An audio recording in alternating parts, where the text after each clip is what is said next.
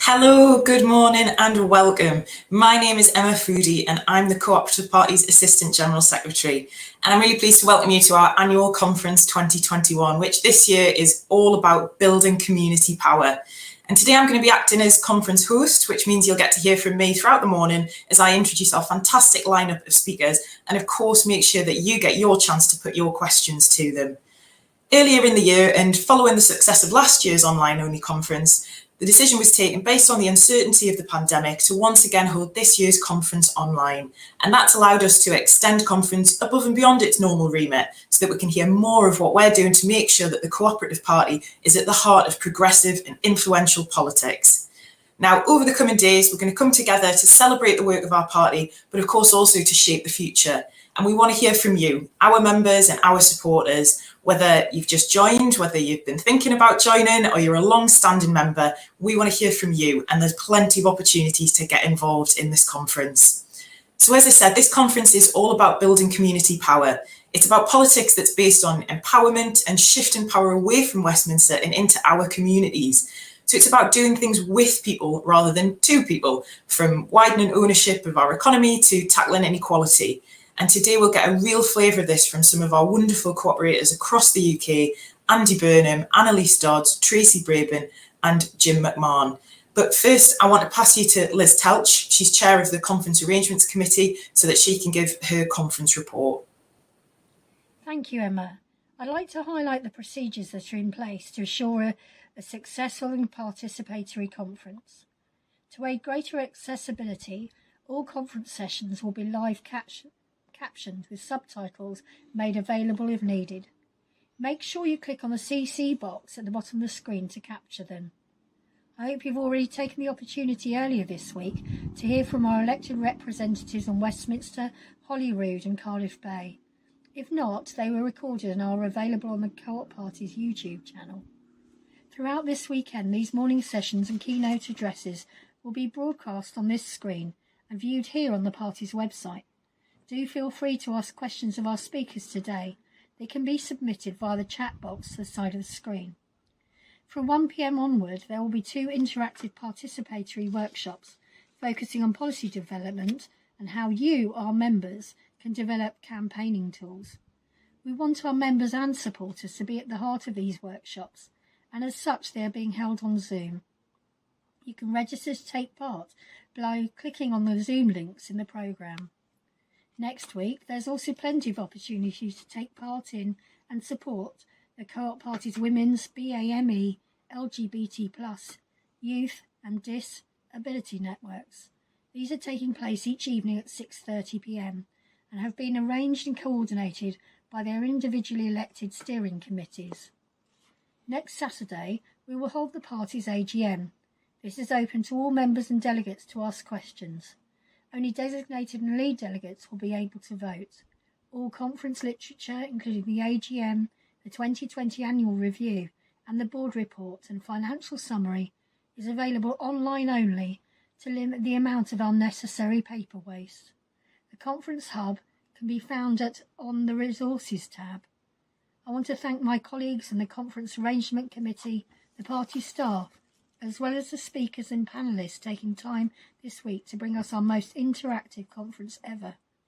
Please tweet about it using the hashtag CoopConf21 and @CoopParty. And finally, I want to emphasise that the Co-op Party believes that our cooperative values should be reflected in our actions as well as our policies. We want all participants to feel safe, welcome and respected in our party. Please ensure you abide by this when making your contributions today. And I look forward to hearing from you. And now back to Emma. Thank you so much, Liz. And now it's my absolute pleasure to introduce the chair of the Co-operative Party, Jim McMahon, for his opening address. Not only is he our party chair, Jim is a formidable campaigner as MP for Oldham West and Royton. And of course, he also sits on the Labour front bench as Shadow Secretary of State for Transport. Over to you, Jim. Thank you, Emma, and thank you for the work that you and all the staff team have been doing over this period. Can I welcome everybody to Co-op Conference 2021. I'm immensely proud of our cooperative heritage, but also excited for the future too. And I'm immensely proud to be your party chair. I want to start by thanking you, our members and supporters, for what you do to support the Co-operative Party and our broader movement. And also a big thank you to the frontline staff of our cooperative societies for what you have done in what has been a very testing period for our nation. This year, I'm happy to report about the health of the Co-operative Party. We have more elected representatives, we have more supporters, and we have more members too. We have more delivery on the campaigns that really matter to the communities that we are here to serve. And it's the Co-operative Party who is best able to deliver on our core mission of promoting and defending the cooperative movement here in the UK. As we meet this year conference, we know that our country is in a weakened state. We entered the pandemic in a fragile state, and this has been exacerbated by the last 18 months, where the real cracks in our nation's foundation has been exposed. Coming through the pandemic, we need to reset and redefine our nation. We know more cooperation in our country will be reduced inequality, the spreading of ownership, to embed sustainability and to help tackle the climate emergency, and importantly, to build community power. Preet Gill told the Labour Party conference this year that we are a movement of the doers and the makers, and we are. We are the doers and the makers involved in many aspects of our nation's community power. And we're seeing right through the pandemic with examples right across the country. For instance, thousands of mutual aid groups working together to ensure those who needed assistance received it. The emergency food schemes created overnight from nowhere to make sure that those who were in need got the support that they deserved. And of course, the ongoing support for community assets. Our cooperative movement has stepped up and shown real community power, whether that's about community pubs delivering food to those who need it, credit unions helping families to avoid the loan sharks, and co-op supermarkets campaigning to end holiday hunger. People have been able to count on support from our movement when they needed it the most. Why? Because we are of the community, and when the community needs us, we step up. Cooperative politicians have set a fantastic example as well. For example, Cooperative Metro Mayor Dan Jarvis has developed an ownership hub, creating more co-op owner-worker models. Cooperatives in North Ayrshire are championing community wealth building, and cooperative ministers in Wales are working with the Welsh Cooperative Centre and trade unions to develop more cooperative alternatives within social care. Building community power is vital to creating a renewed and revigorated union. That's why I'm pleased to say that over the coming months, the Co-op Party right across the UK will be bringing together community groups and the wider cooperative movement in building community power sessions. We'll be feeding through the results of these sessions straight into Gordon Brown's constitutional review as set up by Sir Keir Starmer. This year, the theme of Black History Month is Proud to Be. And over the month of October, our party will be sharing content from our members who are proud to be cooperators and who are proud to be Black, sharing their stories of cooperation, diversity, culture, and also the link between co-ops and the Black community. And it's that history that we're looking forward to celebrating.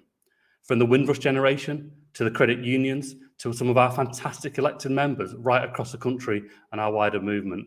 We've got a great deal that we can be thankful to our Black community for, and this month is about celebrating that contribution. Community-based cooperation isn't about waiting for permission. Frankly, it's just about getting on with it. People will do what they need to do for the interest of their community, and it provides us all with a way forward of making our country more equal and fairer. And throughout this conference, we're going to hear from a vast range of people involved in bringing community power right to every street and every neighbourhood in our nation. We'll hear from cooperative politicians, practitioners, campaigners, and members who have joined the conference too. And together, we'll work through some of the best examples of community power, and we'll debate new approaches to breathing new life into our high streets and how we address the chronic condition of social care provision in our country. We'll also work together to produce together campaigns on climate change and the ownership of our media. And I just can't wait. The schedule for conference this year, I think, has been really outstanding. But before that, I have the pleasure of introducing Anneliese Dodds to our conference. It may be the first time that both the Cooperative Party Chair has had the pleasure of welcoming the Labour Party Chair to our conference as both cooperators in Parliament. Anneliese, of course, is well known to us as the Chair of the Labour Party, but of course she is an absolutely outstanding cooperator who has been leading from the front. And importantly, she's now leading on the Labour Party review called Stronger Together, launched just 2 weeks ago. This will be full of great cooperative examples. And earlier in the year, our sister party, the Co-operative Recovery Partnership, looked at how we can build the movement more broadly, making sure that power and a fair economy was the answer post-pandemic. So we look forward to hearing from that. And from Anneliese, now it's over to you. Well, thank you ever so much, Jim, and good morning, conference. It's wonderful to be with you all, albeit virtually, and just terrific that there are cooperators taking part in this conference from right up and down the country, and so many incredible examples of what you're doing on the ground. I know will be discussed this morning and throughout all the other events that Jim and Liz were talking about. It really is a pleasure to be here. I'm delighted that I am here with Jim, obviously, as the two chairs of both the Co-operative Party and the Labour Party, working together in lockstep, as of course we need to be doing, and as in fact we have been doing, as many of you will be aware. Our movement is growing, as Jim mentioned. We now have over 1,000 elected representatives at all levels of government who are members of the Labour Party and members of the Co-operative Party. Jim and I are two, obviously, of 8 cooperators in the shadow cabinet. Now, the majority of Labour SPs, MSs, members of the Senate, Metro mayors and police and crime commissioners are cooperators, as well as Labour Party members too. And of course, we've got hundreds and hundreds of cooperative councillors up and down the country. And that really shows the strength of our electoral agreement, which of course is now almost 100 years old. And that collaboration is making an enormous difference to people's lives right now. We may not have a Labour government in Westminster, but we have cooperators in power up and down the country and delivering already on that agenda of community power and equality that Jim was talking about. We published last week at Labour Party conference a report called Labour Works. That sets out some of those brilliant examples of innovative work where Labour and cooperators are already in power. And I want to say a big thank you to the Co-operative Party for all of the work that they did to help with that. In particular, Anna Burley, who many of you will know, who worked with us to produce that report. And it contains a number of those brilliant examples. I mean, Jim's already talked about everything that Dan Jarvis has been doing in South Yorkshire with the first ownership hub to be created in England. And of course, that's drawing on the brilliant work that's been done with the Welsh Labour government, all the work they've done to foster cooperation. We also see that kind of spirit being applied with our police and crime commissioners as well. Emily Spurrell, who's the newly elected Labour and Co-op police and crime commissioner in Merseyside, is already making good on her commitment to tackle the epidemic of violence against women and girls. She's secured a huge amount of new funding and using those cooperative principles to work from the ground up with women and girls who've experienced violence and learn from them. So many other examples, you know, Jamie Driscoll's work north of the Tyne. He's worked with teaching unions to set up a co-op supply teacher agency so that will be prioritising the needs of schools, the needs of children over profits, making sure that supply teachers are ready and eligible also for training and development opportunities and pensions, that they've got much more security there. There are so many of these different examples, and they show how we can build community power. And in fact, we collected many more of them together in the Cooperative Recovery Task Force that Jim mentioned in his introductory remarks. So please do take a look at that report if you get the chance. It's really inspiring. And I think now is the time when we've got to harness the spirit that underlies our cooperation and apply it to the challenges of the coming decade. We know that our country is in a difficult situation. Yet again, wherever we look, there seems to be a different crisis impacting on us. Every day there's more disruption. There's a lack of lorry drivers, there are petrol shortages, gaps in supermarket shelves, fuel and food prices going up, energy bills set to rise again. And of course, very soon, people will be impacted by that increase in national insurance and by council tax rises as well. This is a perfect storm that people are being hit by, but it hasn't come out of nowhere. It's the result of a lack of planning and a government that seems to be set on blaming other people rather than taking tough decisions in the national interest, and rather than working cooperatively to face up to those challenges. We've seen during the crisis that when we work together, we are able to support each other, we're able to innovate, we're able to ensure that there's greater equality, and yet those lessons are not being applied by the current government. And it's really up to us as a labour and cooperative movement to rise to the current challenges and seize the opportunities facing our country. So we've published another report as part of Stronger Together, as well as Labour Works. We've published a report called Britain in 2030. It looks at the 6 big challenges facing our country in the coming decade: building a green and digital future, ensuring we have better jobs and better work, ensuring we all live in safe and secure communities, delivering first-class public services that work from the very start, putting families first in all that we do, in all of their amazing diversity, and seeing Britain play a new and positive role on the global stage that supports people at home while it's delivering against global poverty and environmental harm across the world. Now, we can face up to those challenges and seize those opportunities if we have the confidence as a Labour and cooperative party to do so. We can see the difference, ultimately, that this Labour and cooperative government that we're all aiming for could achieve if we're able to get into power. So we've got to develop those vote-winning policies now. I'm so pleased you'll be talking about them during this conference. We've got to build the Britain that people want and deserve. And to do that, it's essential that our two great parties continue to work together, just as we have been for almost 100 years. Let's continue that cooperation with the energy and enthusiasm that I know there is amongst the membership. I'm really looking forward to the rest of the conference, and thank you so much for enabling me to be here at the very beginning of it. Thank you. Thank you so much, Anneliese. It's really heartening to hear that cooperative values have really been at the heart of this, of Labour's new policy review process, and that the work you've been doing resonates so strongly with the work within the cooperative party as well.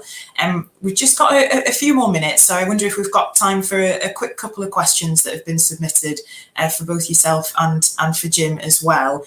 The first one that I've got, which feel free for both of you to come up, but I think is more aimed at Jim. And we've got it from Susan, who said, what kind of building on the conversations that took place in the week with the PLP, what more can members do to support the work and the campaigns of the PLP, whether that's violence against shop workers, whether that's the High Streets campaign that's running? How can members really engage in that? Well, I think the main thing is to make sure that we translate the action that we're taking in Parliament and in our devolved nations right to every street and every community in the country. And I think it's those real examples where members add real value. So I know that when I talk about holiday hunger, as we did during the school half term, as much as we were raising that in Westminster, as you'd expect us to, I was also making sure that I was delivering food parcels in my own community to make sure that I translated the political talk, into on-the-ground action. And I think it's how we kind of come together to build that grassroots movement, because I think the thing that makes cooperators special, and we are special, is that we translate the spirit of what we're about in our politics into real action that makes a difference to the communities that we're here to serve. And so that's where I think members add the most value. Thank you so much. And the second question that we've had in, from Mary in Yorkshire, I think she is about the policy process, Anneliese, and that's how can we best engage local communities in that policy work and in that process that's ongoing, both within the Labour and the cooperative movement.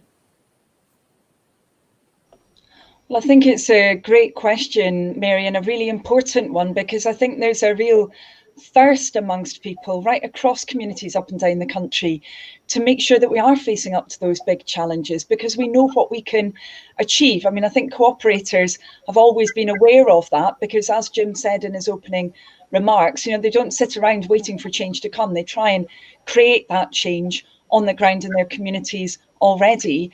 But I do think that now we've got to be looking at those national solutions as well. I mean, clearly at this conference, members will be able to engage. I know there's a number of other processes also in the Cooperative Party.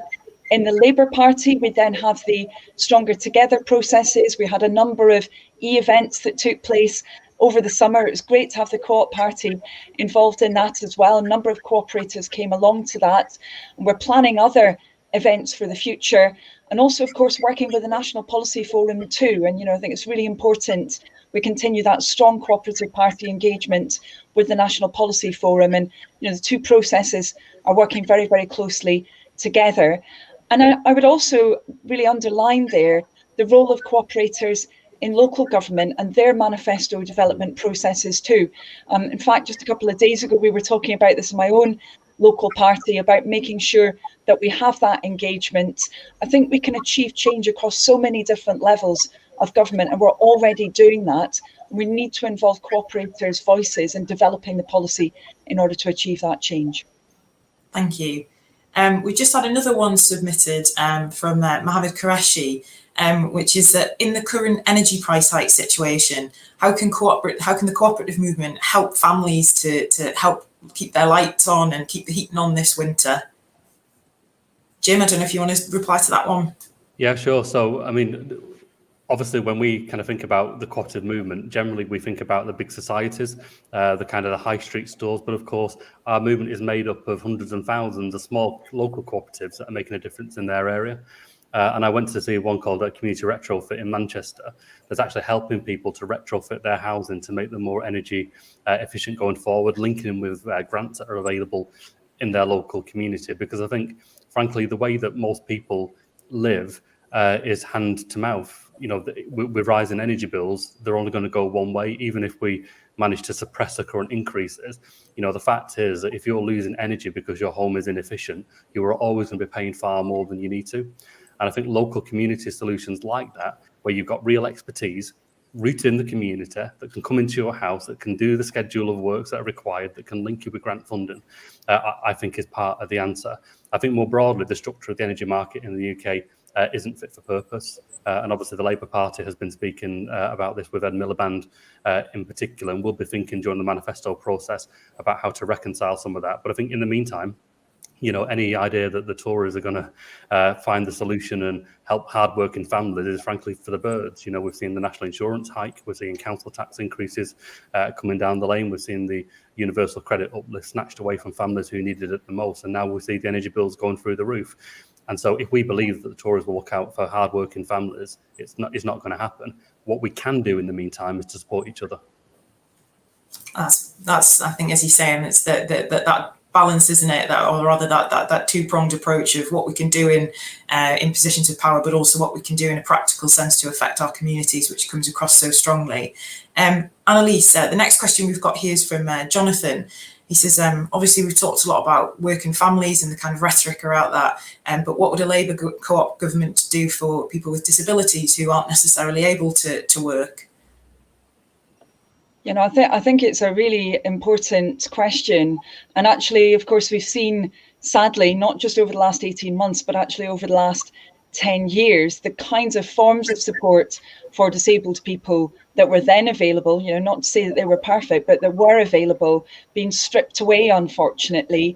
I think a real symbol of that was the fact that that universal credit rise, which of course has been now removed, unfortunately, for families, actually that was never even applied to many disability related benefits, those so-called legacy benefits. It was never actually applied to them. So people have had to make do with less funds, even while their costs very often have been increasing. And actually, I think that's particularly relevant to what Jim was just talking about, because very often those increases in costs are really going to be hammering disabled people. I think there's a huge amount that needs to change. We've been focusing on that very much within the Labour Party and the Cooperative Party as well. It's really important for me as a new Shadow Secretary of State for Women and Equalities. I think we've seen clearly a very heavy impact from the COVID crisis on many disabled people, and we're not seeing the support that's then required and the removal of barriers that's required so that people can actually fulfil their potential into the future. I would also say, I think the government should be doing far, far more to counter discrimination and harassment against disabled people. We're going to be seeing hate crime statistics coming out next week.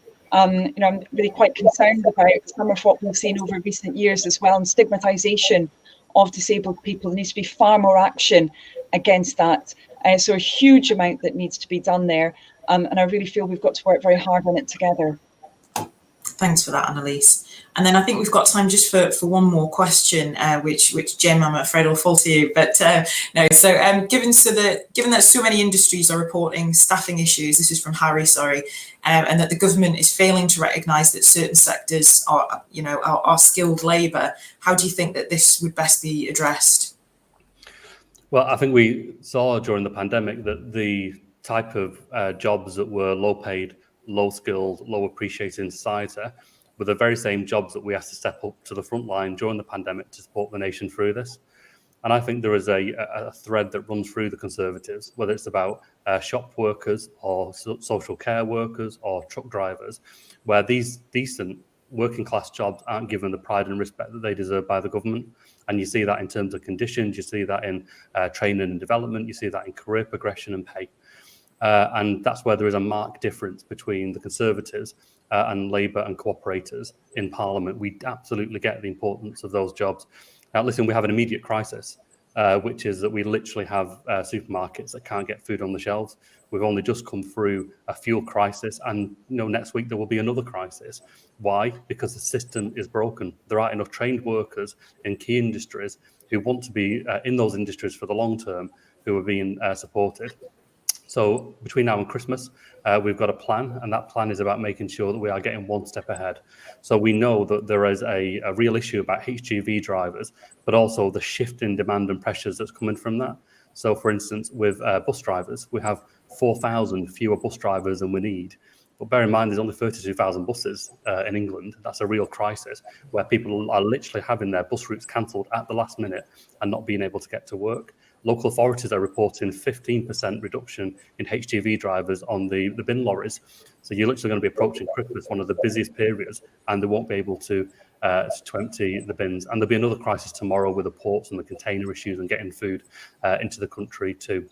And so what we're trying to do, one, is to address the medium-term issue, which is on social care. Frankly, they are underpaid, they are undervalued, and they deserve more. On our shop workers, frankly, it's the same. They're not valued, which is why we've been fighting for greater protection against violence and intimidation for our shop workers. And it's the same with truck drivers too. So, we'll be making sure that we continue that fight to make sure that these decent working class jobs rooted in our community are finally given the respect and the pay that they deserve. Thank you for that, Jim, and thank you both, Jim and Anneliese, for the responses and the reports that they gave there. I think there's some really challenging questions there about the challenges actually that society faces going forwards and the situation that's been created, not least by this Conservative government. But it's really heartening to hear about the strength of the relationship between our two parties and also the issues that we can campaign against, which are so important across both movements, whether that is ending violence against retail workers, food justice, high streets. So thank you both so much for those contributions, and thank you for the questions that have been submitted. But just before we move on to our next speaker, for those of you who are watching at home, if you're enjoying Co-operative Party Conference, which I really hope that you are, please don't forget to tweet about it using our hashtag, which is hashtag CoopConf21, and make sure to tag us in with our account, which is @CoopParty. And now we're really delighted that we've got a message from a really good friend of our conference and regular contributor. It's Keir Starmer MP. A really big hello to everybody at the Co-operative Party Conference. I hope you'll have a really fantastic time. I've been to the conference before, and it's a fantastic place for hooking up, meeting up, discussing ideas in a very friendly, cooperative manner. So I hope you have a fantastic conference. Can I say thank you to our cooperative societies and their employees for everything that they do, particularly during the pandemic. And I'm really proud of the link we have between the Cooperative Party and our party. It's been going on now for 100 years with our shared beliefs, our shared values. So have a fantastic conference. I wish I was there with you. I will be there with you next time round. Have a great time, and let's reinforce those bonds between our parties. Thank you very much for that, Keir. And now moving on to look at the work of our Metro Mayors. So since the elections in May, we now have 5 Cooperative Party Metro Mayors around England, all elected with cooperative ideas and solutions at the heart of their manifestos, and who've been building community power at the heart of the work that they've been doing. So I'm really delighted to introduce the chair of that session. It would be my boss, Co-operative Party General Secretary Joe Fortune, who's going to host this discussion with Tracy, Brabin and Andy Burnham. Over to you, Joe. Thanks very much, Emma. And as you mentioned, everyone, I'm Joe Fortune. I'm your General Secretary. I'm proud to be so. It's a fantastic honour to be able to work for the Co-operative Party day in, day out.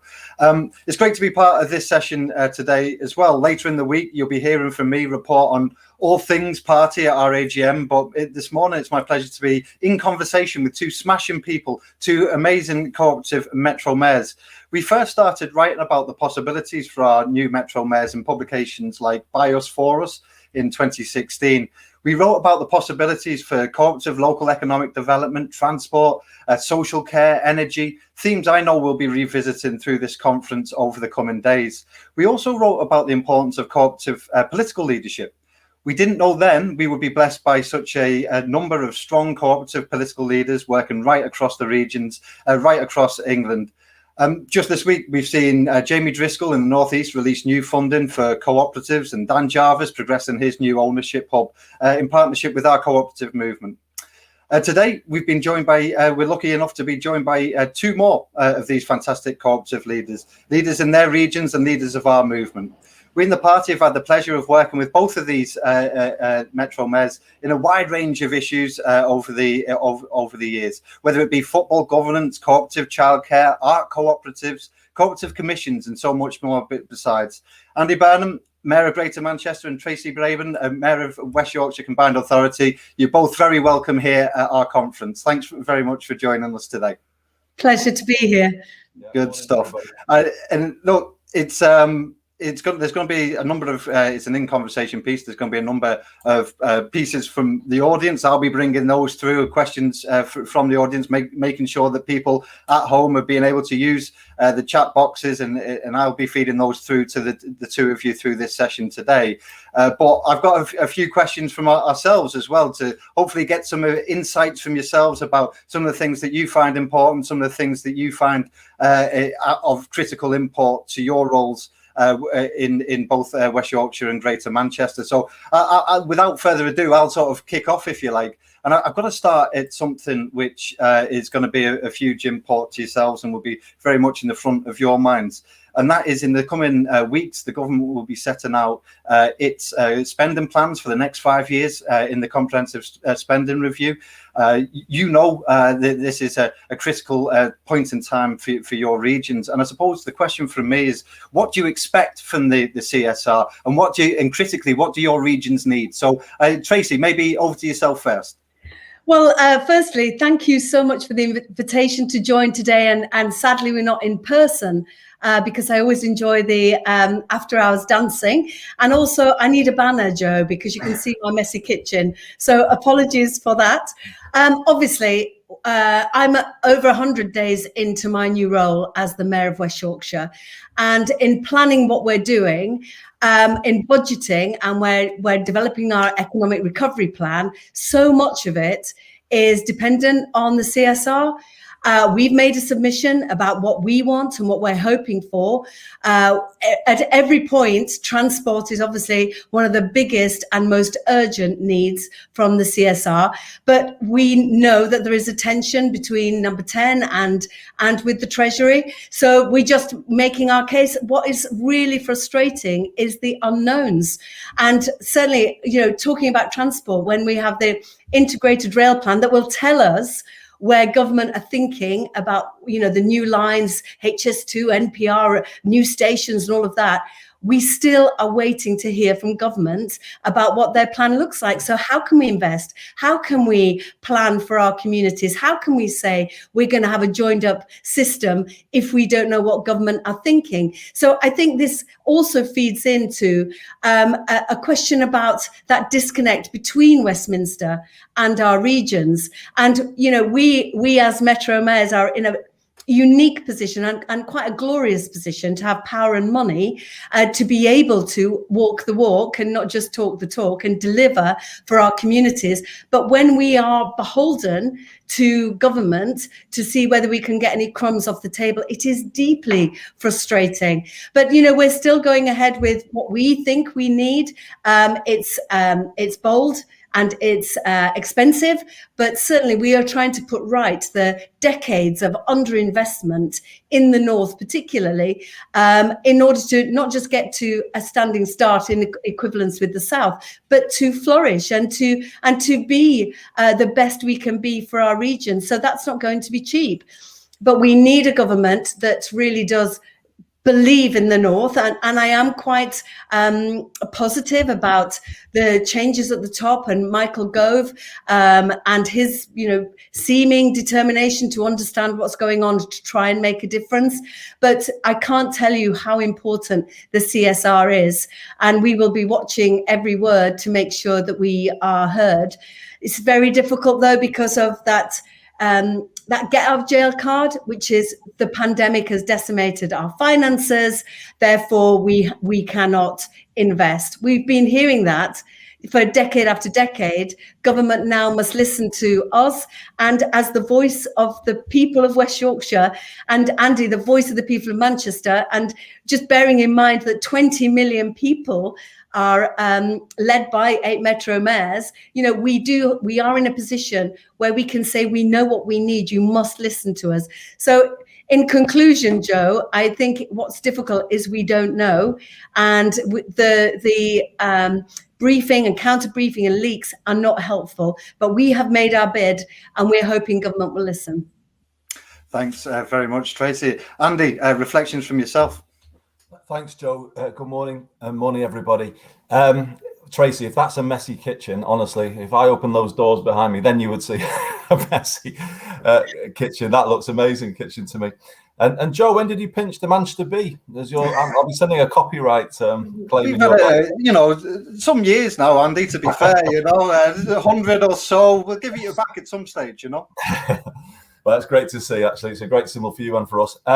So Tracy's said it, Joe, really. There's a lot riding on the spending review, 27th of October. So it's under 3 weeks away now.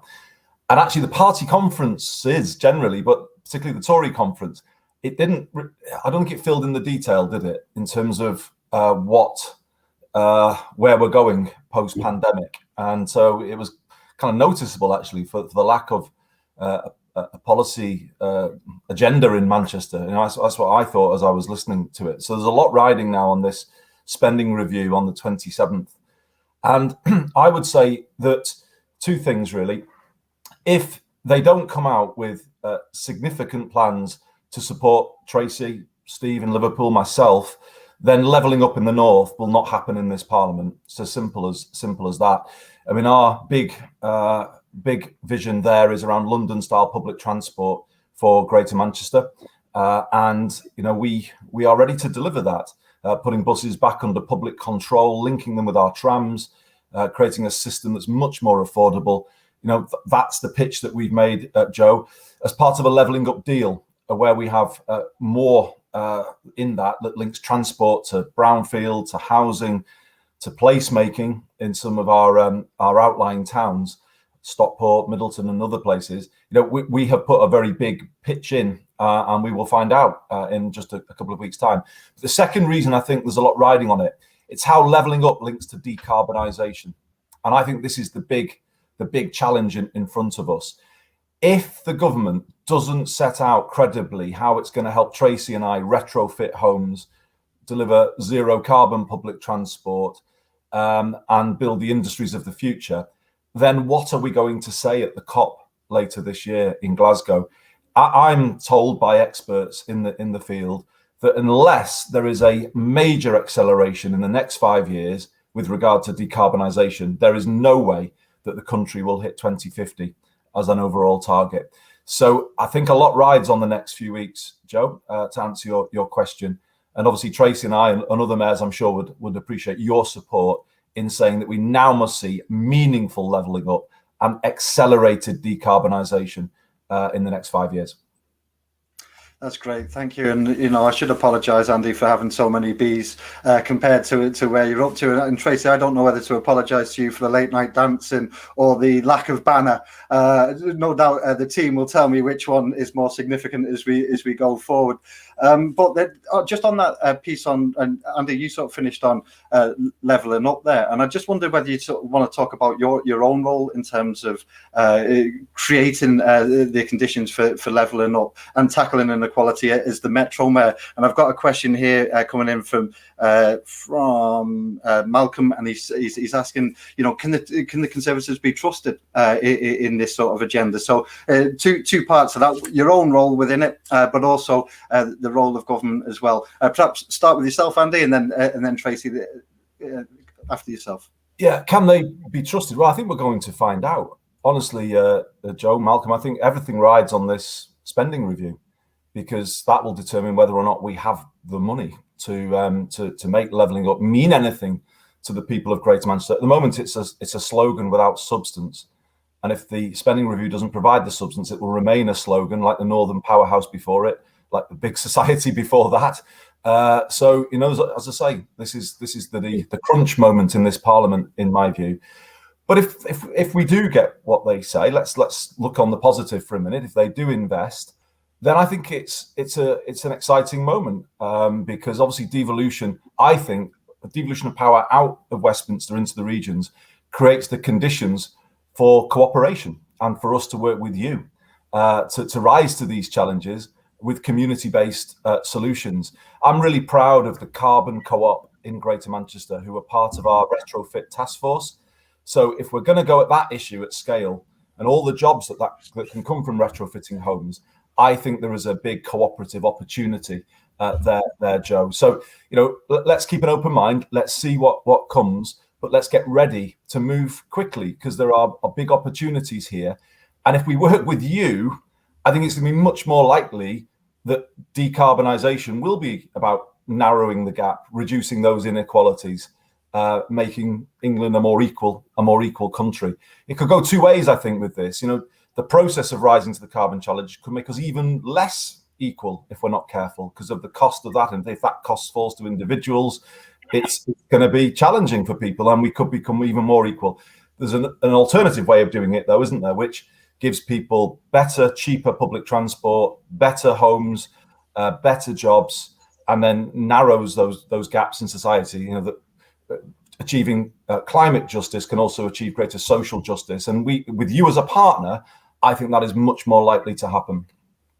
That's great, and a great shout out for the Carbon Co-op as well, Andy. Fantastic to hear that they're on the task force, and for people. They're brilliant, Joe. And I'm sorry, just to come back in for no, sure. I think we need to support them to expand, because they've got this people-powered retrofit share issue going on at the moment. So we need to promote that with them, but then see if we can promote similar initiatives. And there are other energy and retrofit-related co-ops around the country, to see if we can get them collaborating and build up the scale of the whole thing as we address the skills challenge linked to retrofitting. But yeah, sorry, they are a brilliant organisation, and I'm really proud that they're part of the Greater Manchester Retrofit Task Force. That's great, and you're absolutely right. I do think it's replicable, and people who will be watching this conference will be able to hear from Carbon Co-op tomorrow as well, just to get a little bit more insight into what they're doing, because I do think it's inspirational. Tracy, over to yourself. Well, I mean, Andy said it. We will find out, won't we, if we can trust government or not. We've kept trusting and waiting. We waiting for the Prime Minister to have some clarity on levelling up. We were told that Wednesday would be the moment where we'd find out about transport, and it didn't come. So let's see. I would say, though, about levelling up locally and working with the cooperative movement. Just earlier, Jim was speaking about the cooperative movement being spirit into action, and that's absolutely right. Across West Yorkshire, with 5,000 people work or part of co-ops. It's a really important sector that I'm going to build, and standing on the shoulders of giants like Dan and Andy and others who are further down the track when it comes to supporting cooperatives. Really important part of my manifesto. But also it's about I think there's health inequality should also be mentioned as well today, I think, because we have our own job to do in levelling up locally. So, for example, a boy born today in Ilkley will live 11.4 years longer than a boy born today in Dewsbury or Batley. Now, so we have an opportunity to do more there. And I think that is about a public health approach. So that is about good transport, of course, about tackling climate change, but it's also about homes, good quality homes, warmer homes, about eradicating poverty. We've got that chance to do those things. And I would say Andy obviously has experience in government, in health, so he's got that responsibility for health. Unfortunately, as part of my deal, I don't have health, but I've been able to allocate £600,000 for an inclusivity champion that will be working with our health boards to reach out to communities that are the furthest away from politics, the furthest away from decision makers, to make sure that when we're talking about levelling up, it's not just our idea of what we think everybody needs, which is the Westminster model, but that we absolutely work from the community up to understand what people need. So we bring our own life experience, and whether that's 3 decades in the creative industries, I know that creative industries and a culture for all can help well-being, but also be about regeneration, skills and jobs. As somebody that uses public transport, I know the transport network system is broken, so we can allocate money. We've allocated £1 million, for example, to investigate going into public control. And whether that's about skills and opportunities, I was somebody that went back to university late in life. It transformed my earning potential. We need to make sure that we level up locally so that we have access to opportunities for young people, which is why I'm so proud that we have an entrepreneurship fund of £6 million, where 20% of the allocation of that money must go to disabled entrepreneurs, over 50% to women. So we have our hands on the levers of power to some degree when it comes to levelling up. So, we are in a unique position, but we do need to work with government, and we can help them. Like Andy says, we can help them deliver on their manifesto pledges when it comes to climate change. You cannot level up in places like, for example, Hebden Bridge, where your business is washed away by flooding every 2 years. So we've got a job of work to do, and government need to come with us. That's great. Thanks both. The theme of this conference is building community power. And we see that, as you say, Tracy, something that sort of Jim touched upon in his introductory remarks. But for us, it's a hugely significant part of what the cooperative movement has always been about. It's a hugely significant part of what we think our future offer is in public policy, politics, and communities around the country. I just wonder, and you've both touched upon it through your last answers, but just that sort of the power of that bottom-up community spirit, community action. You must have seen and felt it already through different roles that you've had, and these roles that you have as Metro Mayors. I just wonder whether there's a spirit, something you can capture around the importance of building community power. Perhaps, Tracy, yourself first. Yeah, well, I suppose coming from my own experience when I was a young actor, and I chose to be in an actors cooperative over and above, as a B-list agent, because I hadn't gone to drama school. I didn't know anybody, so I was just starting out. And that co-op absolutely changed my view of collective action and how we can all work together for the benefit of each other. So being able to take that into Parliament when I was the Shadow Early Years Minister, and working towards a cooperative childcare model where if you're cash rich, you pay more. If you're time rich, you give time to the nursery. I have seen it in action on the ground, how transformative that ownership of that bit of your community can be. So we saw during the pandemic how communities came together to understand the need of those around them, and those organizations suddenly seeing those organizations that were doing that work on the ground. Obviously, Labour councils really stepped up, whether that's delivering, food, or whether that's testing, tracking and tracing, or whether that's rolling out the vaccination program. But what I don't want to do is I do not want to lose that spirit of identity and belonging and that sense of place and kindness for each other. And I think that could be easily pivoted into a cooperative offer when you're thinking about a business. So I'm concerned that when we're talking to entrepreneurs, when we're talking to business leaders, there isn't enough education about how you become a cooperative. I don't think it's easy enough, as easy as it could be to do that. We're going to be offering advice from our Growth Hub managers. They're going to have that cooperative model as an option. They're going to know about it so that they can offer that advice. But I really do think we are in a sweet spot in history for the cooperative movement because of that kindness and that understanding that we are only as strong as our weakest, and being able to support each other to get on and to do well, I think is going to be an exciting opportunity. That's great, and it's also great to hear in that in the Growth Hub that cooperative option is going to be known, it's going to be understood, and it's going to be offered. It's one of the big barriers to our movement and our sector is growth. Is when you go to the professional services, when you go to those support opportunities that you're talking about with the Growth Hub, and you ask about becoming a cooperative, you ask about how to form. We need strong answers at that point. That's a critical moment in terms of sort of community-based ownership and business. So it's fantastic to hear that is part and parcel of your plans with the Growth Hub. And Tracy, you're answering all the questions which are coming down from the audience as well, Tracy. We had ones there about the value and support in growth in the arts sector and in creative industries. I think you managed to get that one answered even without being able to see it as well. So hopefully that's all right, Carol, for yourself. But Andy, over to yourself, just on that power of building community power. Yeah, I learned this years ago, Joe, when I was part of setting up Supporters Direct, which was obviously the initiative that promoted community ownership, mutual ownership of football clubs.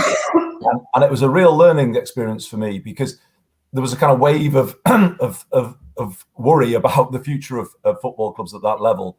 And kind of we caught that. And that's one thing I've learned over the years. You can't force co-ops on people, can you? You've kind of they have to be bottom up. You have to go with what people want. And it's our job then to facilitate and enable.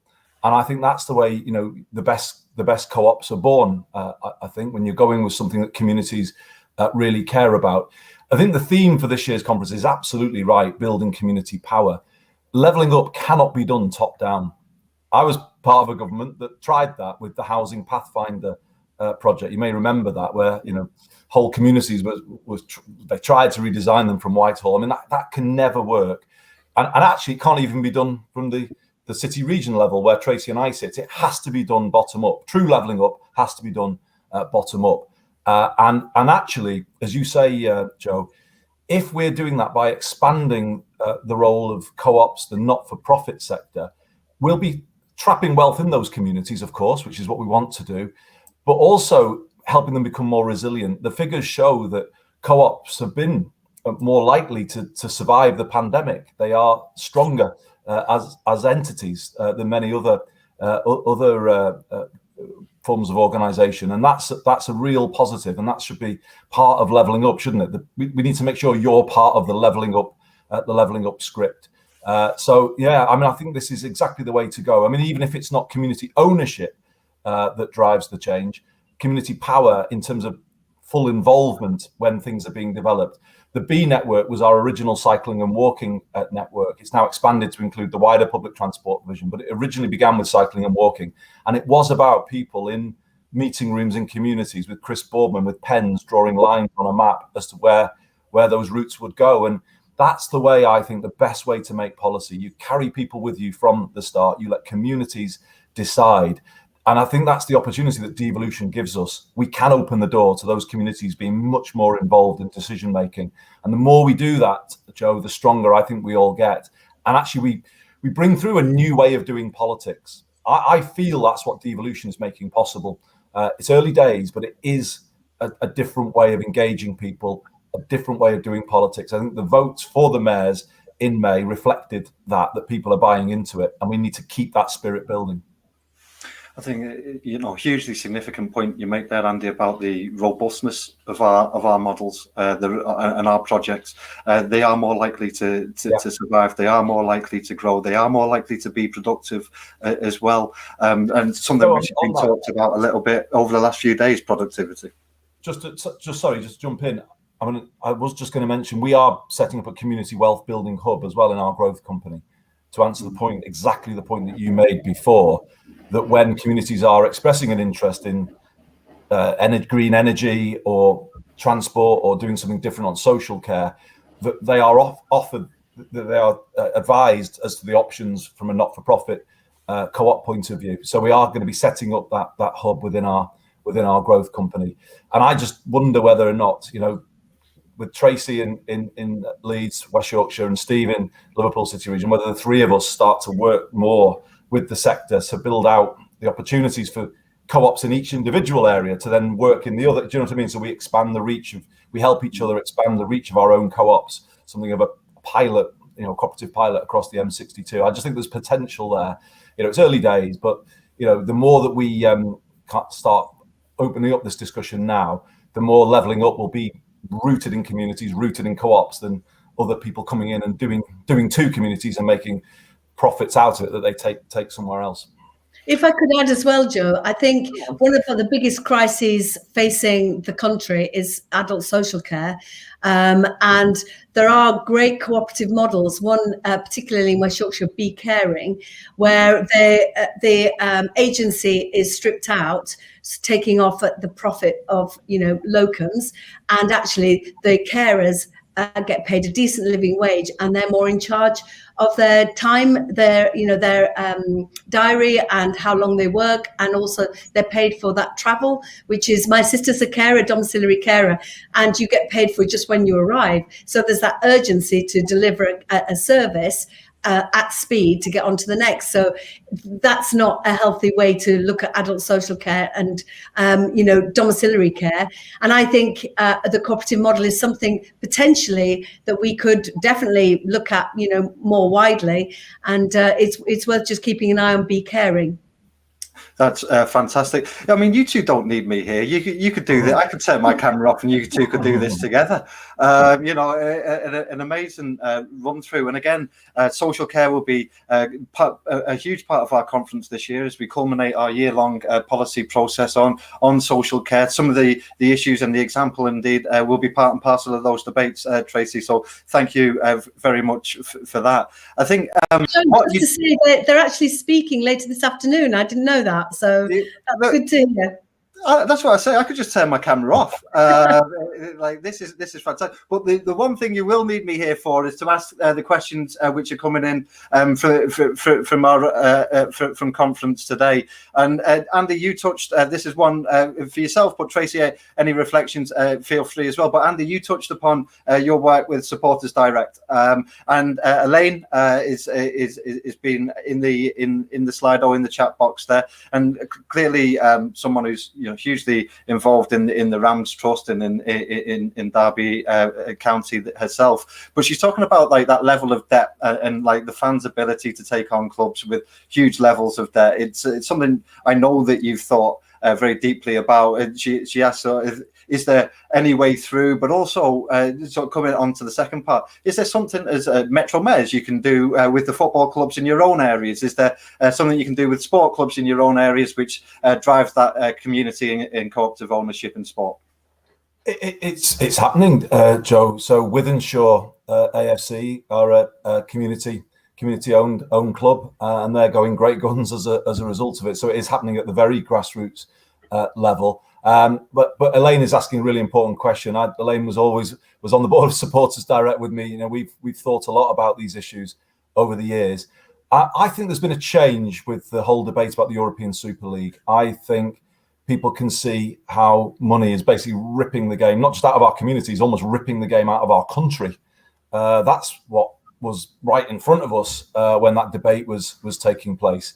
And we're all now waiting, aren't we, for the fan-led review, which was led by Tracy Crouch, MP. I think it's fairly imminent now. Steve Rotherham and I promoted the German model, Joe, of 50+1% ownership.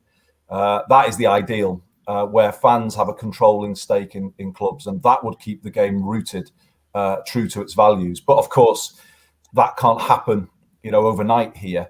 As a sort of proxy for that, I think you could and should give the season ticket holders of any club a 50 plus 1% majority vote on any sort of fundamental change to the club, playing in a different league, moving ground, any of those things. I think you can, in legislation, give supporters a controlling say over issues that fundamentally affect the future of the club. I think I'm guessing, I don't know for certain, but it seems that there is a good chance that we may see a recommendation for an independent regulator of football.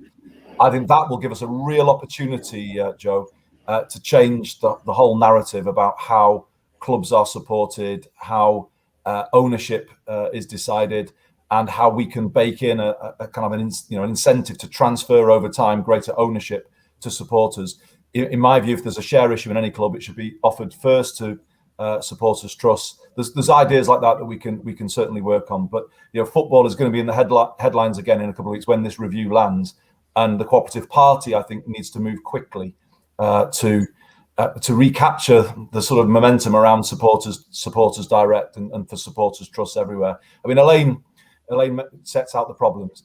I think it is linked, if I could just say finally, to redistribution of funds from the top of the game to clubs in the championship, but lower down as well. But rather than that money just going into agents' pockets, if there is to be more redistribution, perhaps it should come more through supporters trusts, so that there can be oversight, community benefit linked to that funding. So there's going to be opportunities with regard to the reform of the governance of football, and the cooperative movement has played a big role in that over the years, and I think we need to be ready to move again once this review lands.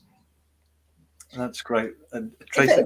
Yeah, could I just add that I think also this is about sport more widely, actually, that when you think about rugby league in our communities and what they've done during the pandemic and how they are absolutely, I know this phrase gets used all the time, but the beating heart of some of my communities, and the way that they've been disregarded by government, and some academies are losing their funding to have that talent pipeline. I mean, we were able to make the case, and that decision has been U-turned, but we absolutely need to support grassroots sport. For all our youngsters, and there's a local team, Birkinshaw Blue Dogs, and I was able many years ago to go. I opened a changing facility. I said, "Where's your changing facility for girls?" They were like, "Oh, we don't have one. We don't have any girls." And then to be able to go back, and they've got like 2 teams of girls really smashing it. And you think, this is just about persuasion and support and ambition, and to look to the future of grassroots sport, where it's about women, it's about disabled kids getting into cricket. It's all of those opportunities to improve well-being and hope and optimism in communities, and we don't want that to disappear just because it's a way to make money. And it's brilliant work that Andy and Steve did on that, because my husband is a season ticket holder at Manchester United, and it's eye-wateringly expensive, and decisions are made without his input, and he feels deeply frustrated. So I do think more ownership at the grassroots is really important. Joe, can I ask Tracy a question? I'm just interested where she thinks the debate about Channel 4 is up to, because obviously there's protecting our sporting heritage, isn't there, and our sporting values, but obviously Channel 4 has a big influence on culture and creativity, and it was a great coup for Leeds when it was chosen as its headquarters. But now we have this potential privatization looming over it, which I think would betray Leeds. Actually, it wasn't the basis on which Channel 4 was offered to you, was it? It was as a public service broadcaster and all the benefits that comes from a public service broadcaster. So I was just wondering, Tracy, where your thinking is up on that. Obviously, we'd probably want to see no sale at all, I guess, what would be the starting point, and the whole thing dropped. But if they are determined to proceed, is there an opportunity to make the case for Channel 4 as a mutual? Well, I'm glad you've raised it, Andy. I'm not in that place yet where I can get to the point where there is a change to Channel 4's model, because for me, the idea that it is content made for us at no cost to us is really important. But what is more important is their commitment to commissioning for regions and nations. They've already got to their 50% target 2 years early. And for those that don't know their sort of structure, they commission local companies to make content that they screen that gets an audience, but the intellectual property, the copyright, stays with the production company. So when it goes on Netflix or when it goes around the world and does really well, the profit goes back into that production company. That production company can then move on to their next projects. They can have apprenticeships. They can bring in skilled workforce. We are growing the sector by that particular model. Now, the way that the government are approaching it, they're looking at it as we've got to change it for it to be agile. It is already agile. We bid, as Andy says, for Channel 4 as it was. So we bid for an orange, and government are wanting us to now accept a banana. We will, we didn't buy into this. This is like a hostile takeover of a local business. Yeah. We can't have somebody come in and change the structure. I'm worried that if Viacom or a big company come in, they see the value of Channel 4, they'll be here for a few years, but then they'll be like, it costs so much, the Majestic's so expensive, we can do the same work without being in the regions, and they'll retreat back to London. So for me, my position currently is there is no plan B that I'm going to offer to government, because this is disastrous to even contemplate it. Of course, there are other ways, there are other models to work. And in a way, Channel 4 is the original venture capitalist, because they are investing seed funding many years before great successes in companies and individuals, in their training, in their commissioning, getting them going, putting them on schemes, believing in them, investing again in a little company, then it becomes a mid-sized company, then it's a great idea, this is England or whatever. And I think what's really important is not just about Leeds, but all those production companies aren't obviously just in West Yorkshire. They're in Bristol, they're in Manchester, they're in Scotland. This is about authentic regional voices being given the money and the governance and the opportunity to speak from their own experience and have that really regional content that speaks from real people's lives. And otherwise, if we lose Channel 4, it will be a real disaster for the diversity of voices across the creative industries. And there will be so many youngsters who will never, ever get the chance to think that Channel 4, the creative industries, is for them. So I appreciate, you're very sensible, Andy, in thinking about, well, if government are determined to blow it up, is there another way we could do it? But at the moment, I am just saying this model for me at the moment does work. And we'll support you in that, Tracy. Andy, you've got to put your questions in the chat box in future. Honestly, others are, and I want to get to them as well. But no, look, I think diversity of ownership right across the economy is absolutely vital. What clearly we don't need more of is assets like Channel 4 owned by private equity, being asset stripped and moved on for its constituent parts is absolutely against where ourselves and the Co-operative Party will be. We've got too few minutes, and I want to get in three really important questions for ourselves on issues which have come in on the chat box, but are also hugely important and to us here at the party. There's one which Tracy, in relation to you from Anne, just in terms of like we're hugely proud of you, always have been, but also incredibly proud of yourself being the first female Metro Mayor in the country as well. And I can hear the clapping around the country at that point. But just there's a question here from Anne, just in terms of how do we get more of you? How do we move to a position where we're better able to have a proper representation of the communities that we serve in jobs like yours. We've also on two others, and I'm going to take the two together, so any sort of comments from both of you in terms of summation would be fantastic. But another one about the role of engaging with BAME communities in your regions, the unlocking the potential, ensuring that they a huge unleashed part of the way in which we can build community power together.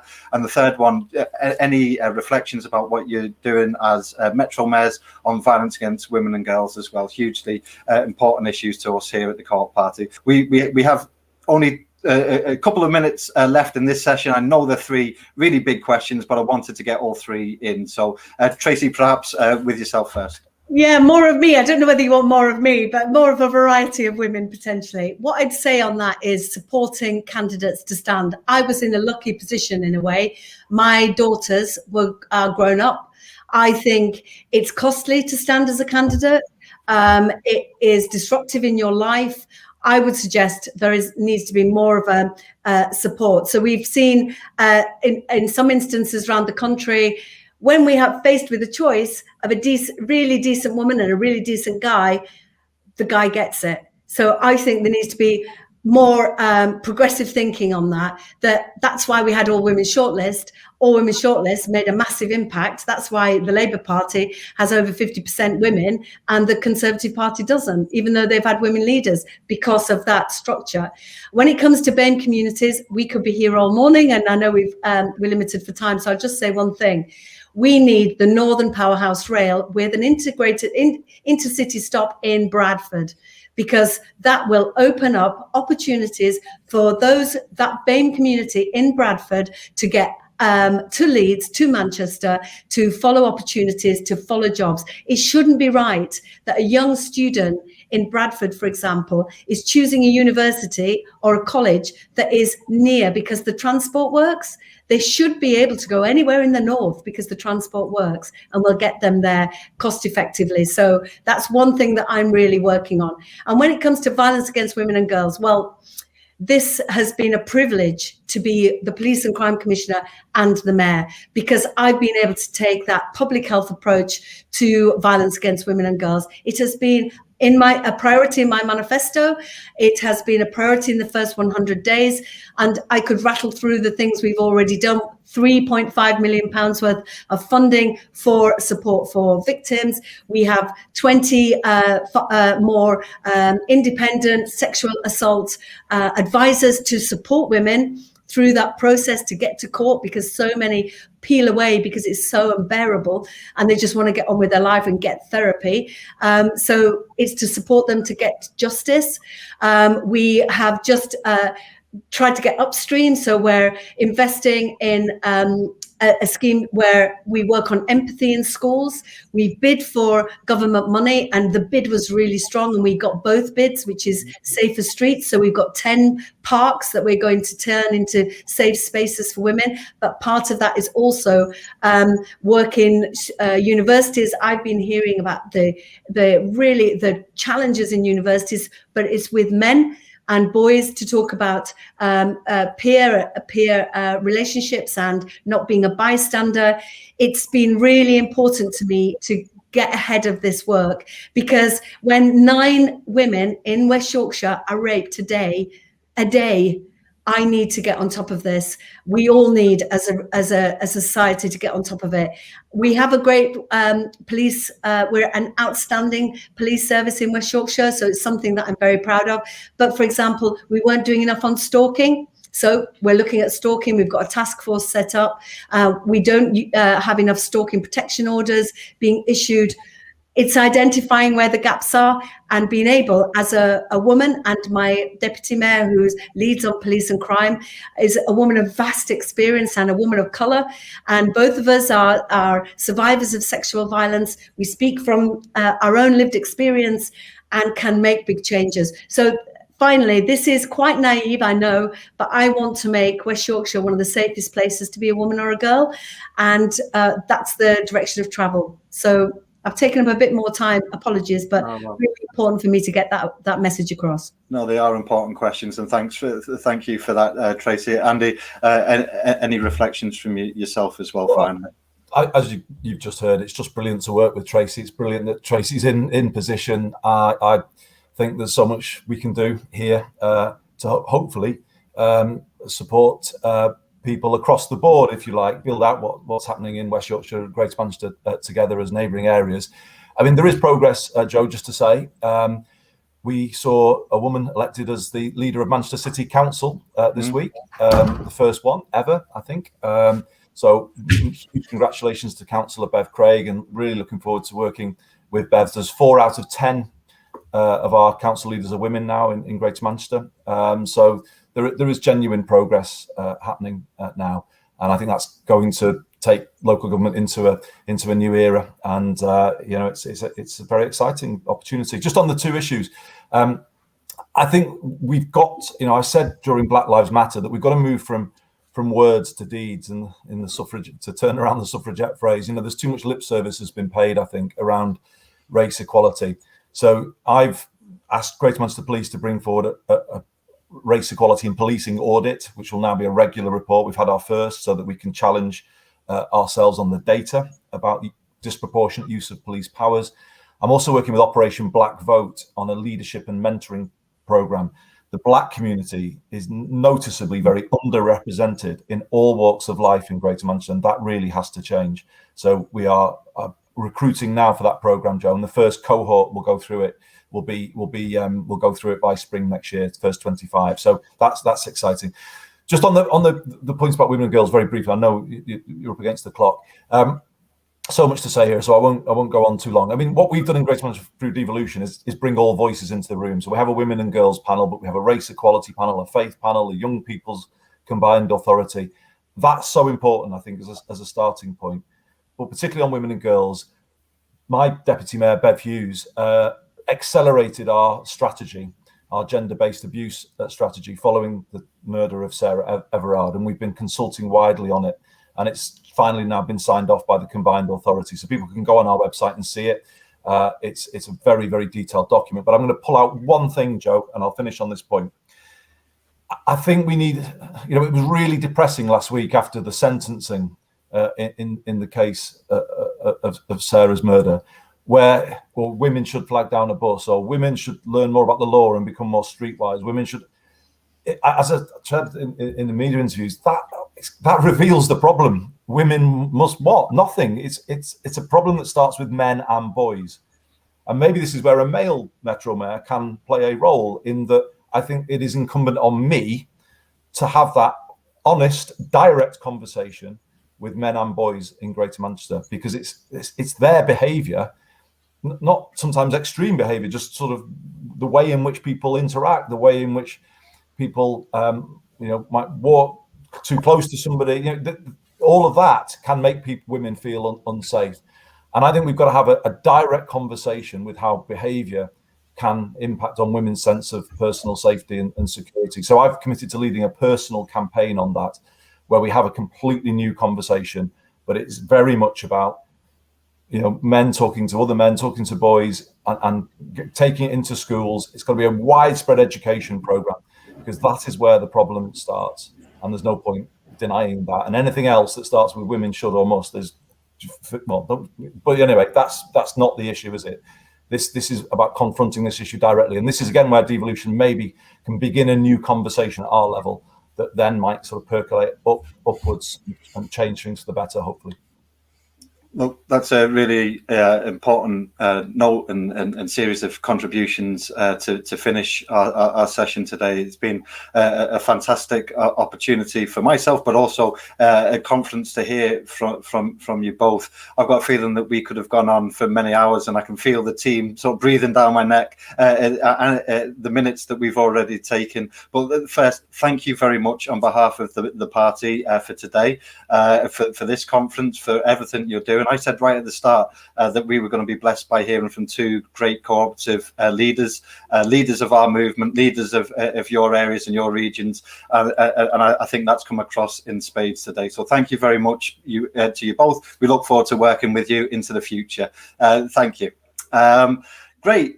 Look, I'm handing over to, and forgive me for overrunning ever so slightly, but I thought it was important to get our questions across to our Metro Mayors. But handing right back over to Emma Foodie. Emma.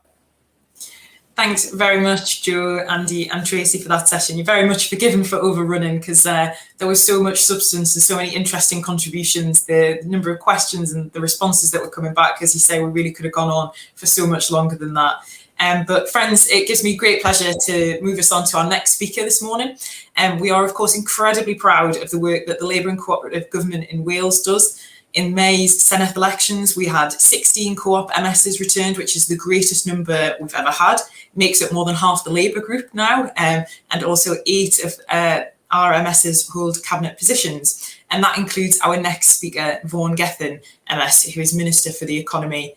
Now, Vaughan has been one of the most hard-working cooperators in the country, but especially over the last year and a half, leading the response in Wales to COVID in his former role as Minister for Health, and now, of course, plotting the continued economic success of the country. Vaughan, thanks on your work throughout the pandemic. As cooperators and comrades, we are so proud to have you represent us. Over to you. Well, thank you, Emma, and I really am pleased to be able to join you for the 2021 conference. And I'm particularly pleased to see you in the organisation, Emma, at such an important time, because I know that you've got a real insight into Welsh Labour politics. And I'd like to thank you again on behalf of our party, the Welsh Labour Trade Union Cooperative Movement, for the contribution that you've made in your previous role to support our campaigns to retain a Welsh Labour government here in Wales in by-elections and in wider elections too. And the experience of campaigns like that, I think, is a great asset for the Co-op Party. And it helps to bring together some of the promise of our vision with the discipline of what it takes to bring people with you to keep faith with a Welsh Labour government with a clear co-op vision through it. Now, this is my second co-op speaking engagement since my appointment as the Economy Minister, and I'm delighted that the party continues to demonstrate such a strong interest in what Labour is delivering in office, in local government, in our metro mayors, and of course here in Wales in a national government. And the experience of campaigns like this, I do believe, will help us to both understand what we're doing, and as Andy and Tracy and others have shown this morning, to demonstrate that there is a record of delivery, which should be a source of strength for the vision that we do need to build for the next UK Labour government. And if you look to Wales, it's clear that the election in May was won on 2 key themes overall: trust and ambition. Trust based on a record of delivery.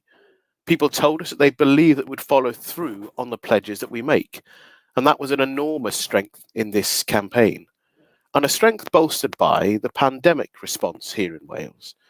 A response that has both been more cautious on the risk to health, but equally much clearer and decisive on taking action compared to England. And we've been straight with the people of Wales about the very difficult trade-offs we have had to grapple with to help keep Wales safe. Many of you will have heard me and other ministers talk of the different priorities that we chose within this crisis. And I'll be happy to explore those further during the Q&A, but some of those highlights include the most successful test and trace system in the UK, one that was built on trusted public services working together. So here in Wales, we didn't have to sack Serco because we never hide them. We didn't have to have a row with local government because local government were part of the answer for track and trace, unlike the very difficult scenes we saw through England where local and regional authorities weren't clear on what was happening and why. Free school meals have been funded through the holidays right up to Easter 2022. We have the most generous business support package in the UK. There's no business rates holiday in Wales, at least, for large supermarket stores because we chose to recycle millions of pounds into help for SMEs instead. There was no stamp duty holiday for second homes or buy-to-let properties. And we have a training, education or work offer for everyone who has lost their job in the crisis. And instead of briefing newspapers ahead of announcements and meetings with other governments, I should say as well, here in Wales, we use our social partnership model to engage with business, with trade unions, with local government and the third sector. In short, we cooperate. We work with our partners and we invest in trust. And by assuming an approach of cooperation over conflict, we're continuing to develop responses that are more effective because we draw on the input of those trusted partners and of the real strength and depth in those relationships that have been born by not just the last 20 years, but by the difficult experience of the pandemic itself. Now, that, of course, entails risk. It entails having challenging conversations, trusting people to keep faith and to recognize that information is being shared with them ahead of decision making. But the prize is so much greater because we can then have a fairer plan with clearer decisions at work in practice and working through difficulty before those final choices are made. So when you hear me and other Welsh ministers talk about our Team Wales approach in this crisis, that message really has substance. And if you had lens or business groups here, they would be able to bear out that really is what we have done in practice. And the more and more bombastic that the UK government becomes under the leadership of Boris Johnson, the starker that difference is. Whether they're leaking life and death decisions or performing screeching U-turns, this Conservative UK government is proof that you cannot dodge responsibility and still expect to be trusted. The emphasis that we place on trust is wedded to that second theme of ambition. Our ambition to create a stronger, greener and fairer Wales that provides major new opportunities for the cooperative economy. And I saw this firsthand when visiting Rhyl in North Wales earlier this week. Creating Enterprise has given new purpose to a former builders merchant site in the town to develop a new manufacturing facility supporting the delivery of low-carbon social homes in Wales, and all being done in partnership with a housing association. And as the Minister with responsibility for the cooperative economy, I want to explore how we can do more of this work to maximise the co-op dividend from the pledges we have made to the people of Wales. And that's why the Rhyl example is an important one, because we have here a social enterprise that is turning our ambitious commitment to create 20,000 low-carbon social homes into jobs and training opportunities. Attached to the timber frame marketing unit is a training academy for those furthest from the labour market in one of our most deprived communities.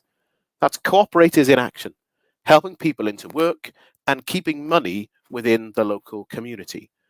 And I'm really pleased that this great work was recognised this week as Creating Enterprise won the Social Enterprise Team of the Year award at last week's Social Business Wales Awards. The Welsh Government is also committed to a town centre first approach, which will help us to bring more of these examples to life. The commitment led to the creation of a Transforming Towns Fund, which has backed Creating Enterprise with over £300,000 to help revitalise town centres like Rhyl. It's also matched, of course, by our overall focus on supporting the everyday economy in Wales. Now, some would call it the foundation economy, but as Rachel Reeves argued at the recent UK Labour conference, this is the economy that kept our country moving through a crisis that none of us could have predicted of the extremity and severity, or indeed the length. Social care, food, retail, and construction are the pillars that have kept our community safe and secure, and our plans will help to strengthen those services, those areas of our economy. Because resilient communities do need stronger local economies, where more of the money we spend is retained locally, and it is part of the job of the government to help make that a reality.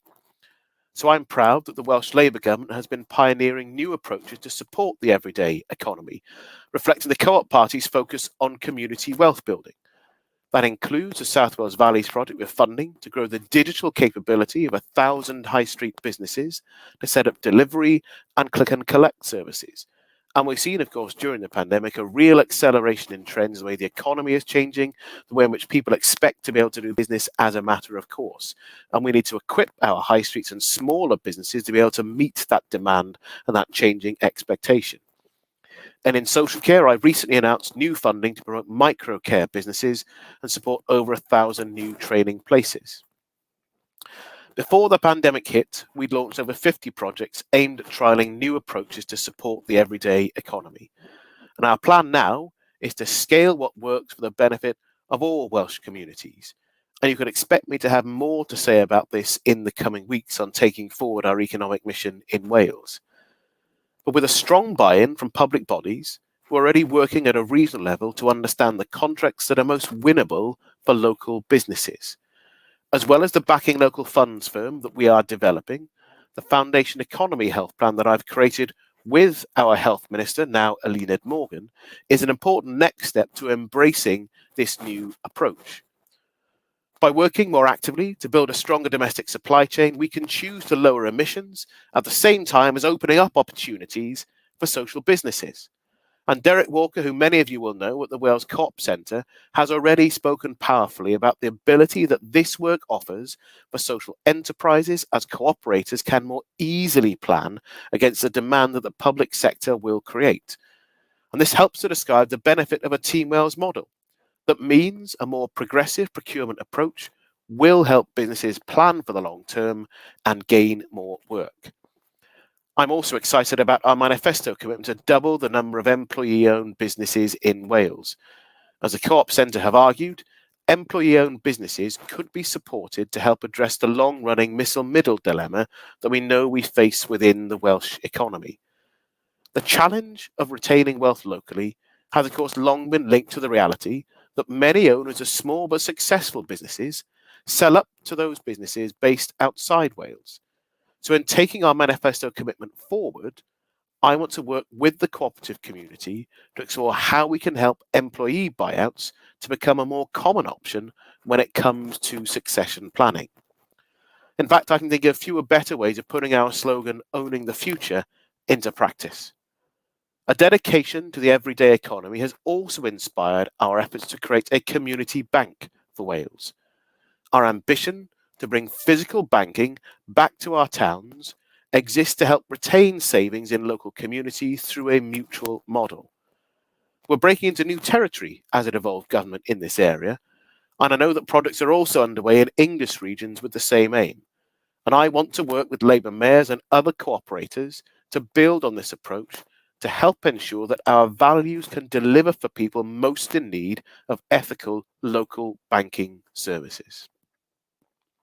Now, these are just snapshots of the exciting platform that we're developing, which will create fertile territory for the growth of cooperatives in Wales, and our party's values are reflected across the wider Welsh Government plans, such as the Young Persons Guarantee, the real living wage for care workers, a national forest for Wales, a ban on more single-use plastics, a new social partnership and procurement act for a Fair Work Wales, and the biggest NHS and schools investment and catch-up programme in history.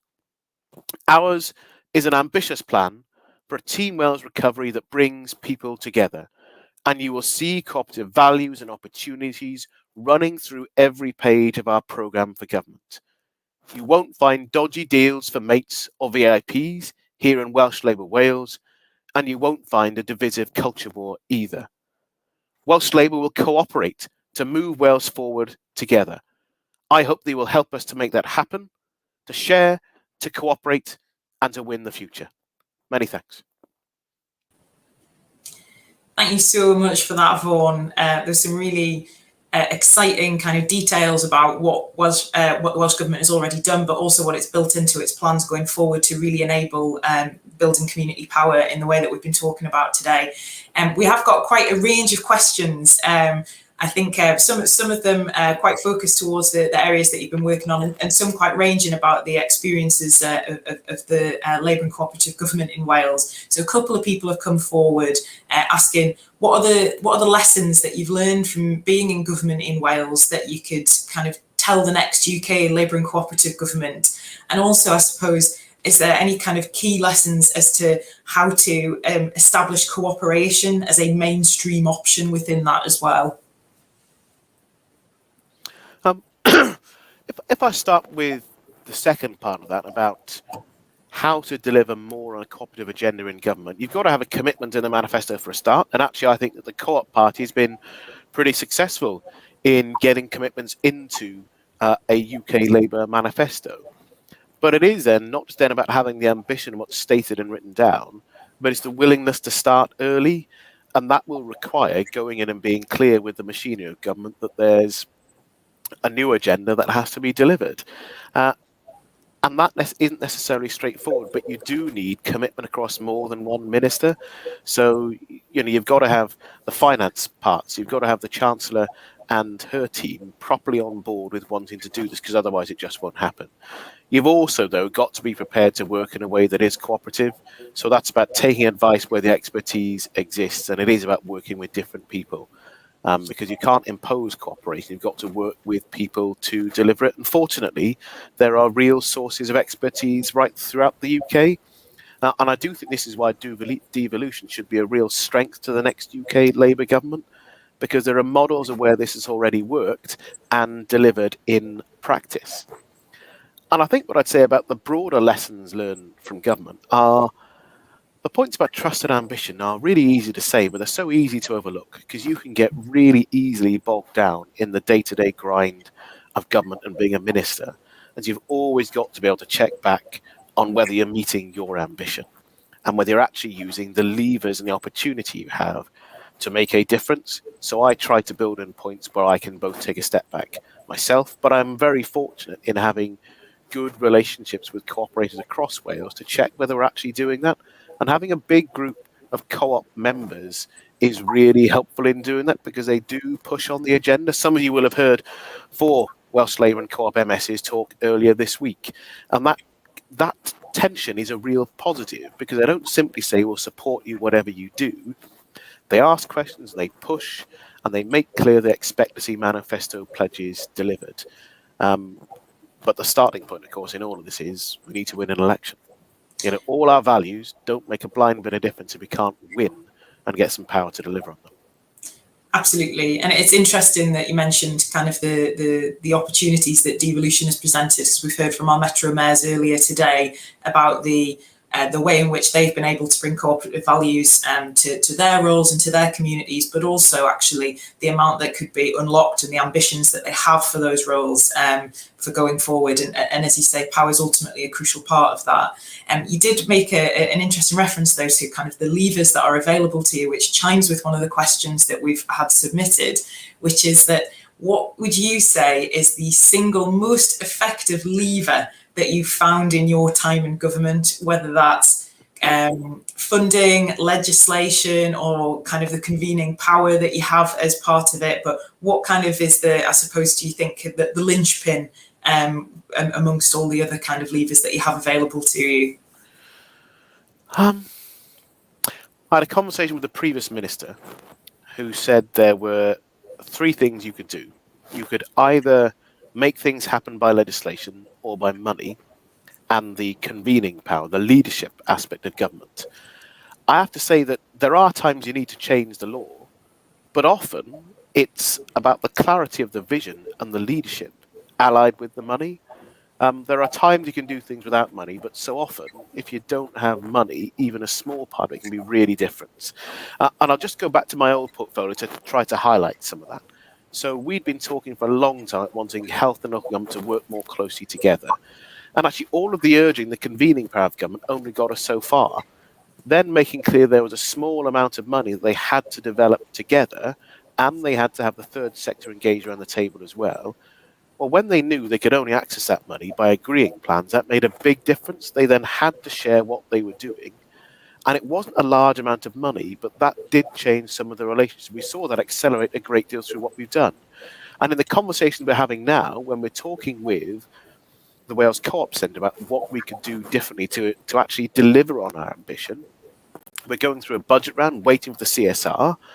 And actually, we're still talking about how the money can help us to advance our ambition. But the starting point, I guess, is you've got to have someone who's prepared to lead and prepared to say, this matters to me and to the government, and we will use our resources to make sure it does. Now, I think that money and leadership probably come first before legislation, but I'm afraid it's never quite as easy. There's only one answer, because I can certainly see times where actually if you don't change the law, it prevents you from doing something that really does matter to you. Absolutely. Well, our cooperators like to ask the difficult questions, so I'm glad that we're really getting into it here.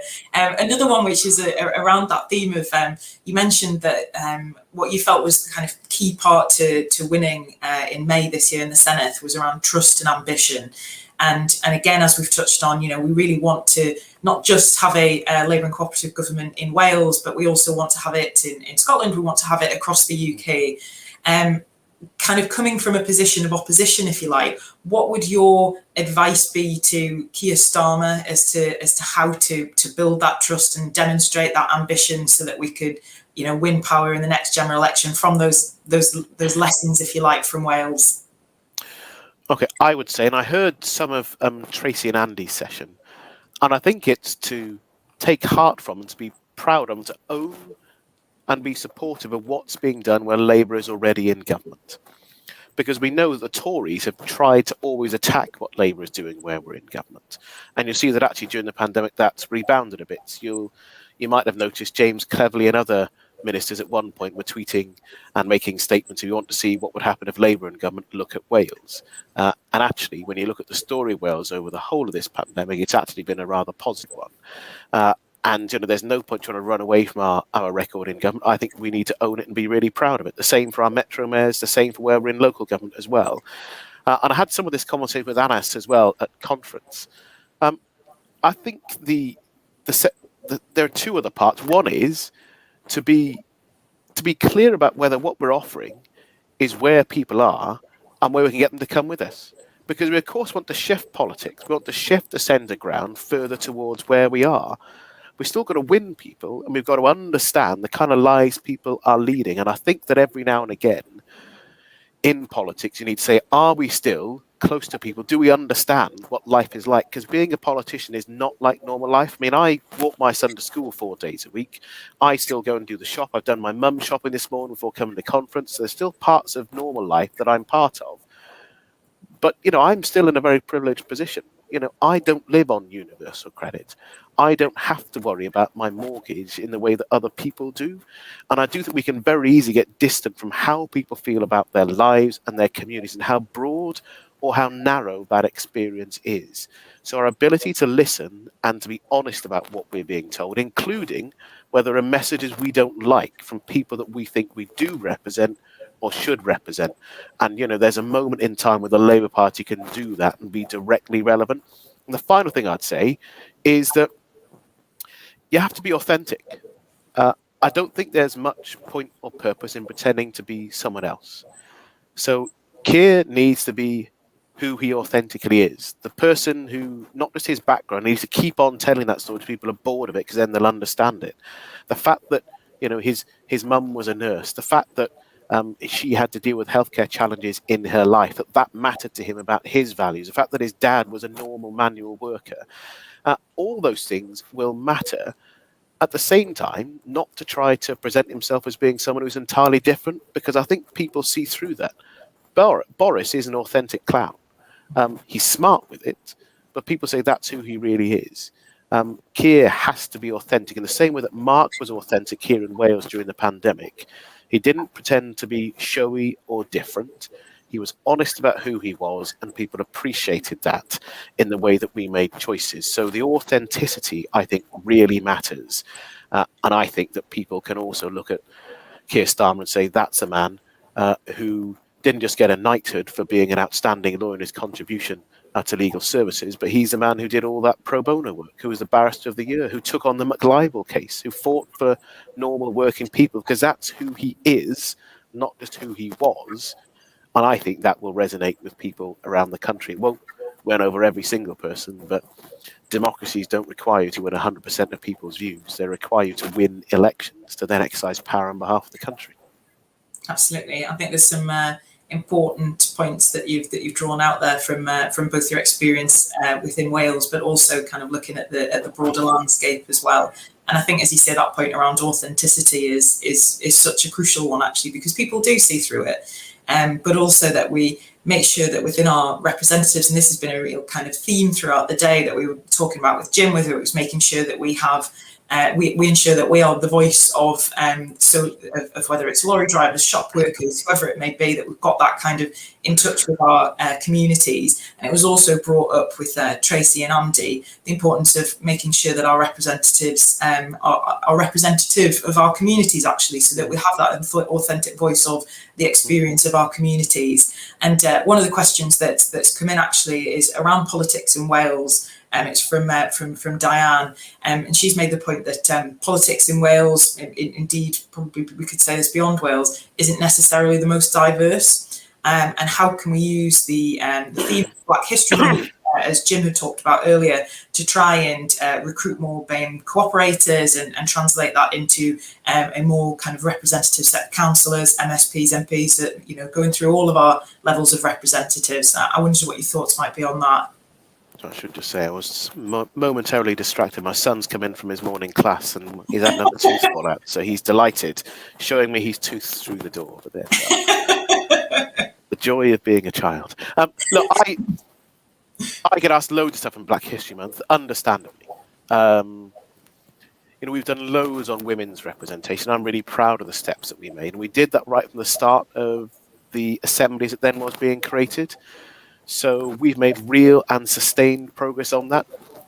But I'm the only black person to have been elected to the Welsh Labour Group in the history of devolution. And on the one hand, I'm proud of that, but on the other hand, I'm not at all, because it isn't just that I'm the only person who's got the ambition or the ability to do that. And there needs to be a recognition. You can't just point at me and say everything's fine. If you look at local government, if you look at members of the UK Parliament, where we've never had a non-white person elected from a Welsh constituency, those aren't things to be proud of. And it isn't that no one has ever been good enough. So we need to accept that we haven't been perfect in our past, and there are things we could and should do. A lot of that is actually recognising that and then doing something about it. So it is about, and I heard some of what Tracy was talking about in terms of getting women involved, and many things, same things apply for people of colour as well. You've got to be prepared to reach out and to say, we want to understand how we get to be more attractive for you, and what are the barriers to people coming in, to not just being cooperators, but to be elected cooperators as well. And I should say that here in Welsh Labour, there's been some real commitment from within the staff of the party to want to run future candidate programs specifically aimed and directed at people of colour. And I think it would certainly add strength if the Co-op party were prepared to support that, because I've given up some of my time deliberately because I want to. I said it from before I got elected that I want to see more people like me taking part in public life generally, and I want to see more people like me getting elected. I'm not jealously guarding my position and saying no one else is allowed to be here, I'm the only black in the village. That isn't the way I feel at all. I think it would be a much greater strength to our democracy if more people were able to take a full part, so it doesn't become unusual to see someone like me. It becomes entirely normal. And in many ways, the pandemic has really normalised that a great deal, because whether you like it or not, I've been beamed into most people's living rooms as they've been watching updates from the Welsh Government over the depths of the crisis. So it's the willingness to recognise that we need to do something about it. It's working within the Co-op party and movement. It's also working with Welsh Labour to give people practical opportunities. And it's then about making sure that when those opportunities are provided for mentorship and for greater experience, we encourage people to take them, and we then evaluate whether it's making a difference. Because if we don't help people to understand how getting selected and elected works, we shouldn't be surprised if it doesn't happen, because it doesn't just happen by accident. And that, I think, is the crucial point. So I hope that within Wales we'll have some lessons about what the work we've done and how successful we've been as people. I hope we'll get more and more selected and then elected in winnable seats in local government. And hopefully at some point, I hope we'll see someone who looks like me representing a constituency in the UK Parliament from Wales as well. Thank you for those. Those were some really thoughtful responses, points. With also some really practical steps that we can take to improve levels of representation. I will just jump onto another question. I think this will probably be our last one, as I'm aware we're running over time, which is probably what your son was reminding us. But just one final one is, and that's from John. Is there anything in Welsh Government in the lawmaking agenda, to make life easier for the co-op sector? Is there anything kind of in the plans? We're actually looking at, we had a proposal for a piece of draft legislation that didn't get drawn in the ballot, but looking at whether we do need to change the law to deliver on our ambition to double the size of the co-op economy. I'm not, I don't think we do need to change the law fundamentally to be able to do that. I think it's about the practical levers of leadership and money and working alongside the expertise that already exists.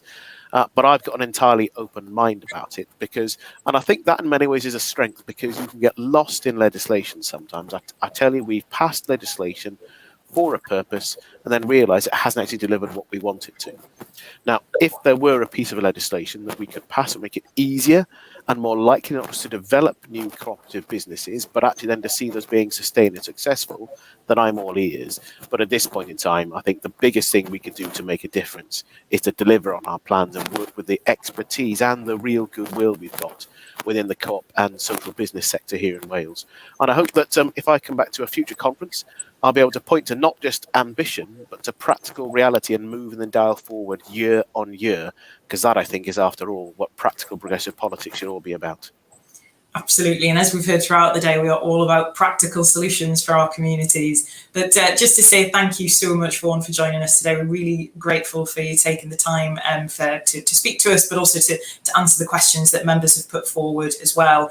And I think what's been really positive is to hear that kind of strength of voice that our movement has within the Senate, and that Labour and co-op government is enabling the kind of the sector and the growth within the sector that we want to see, and building community power fundamentally across Wales. Thank you.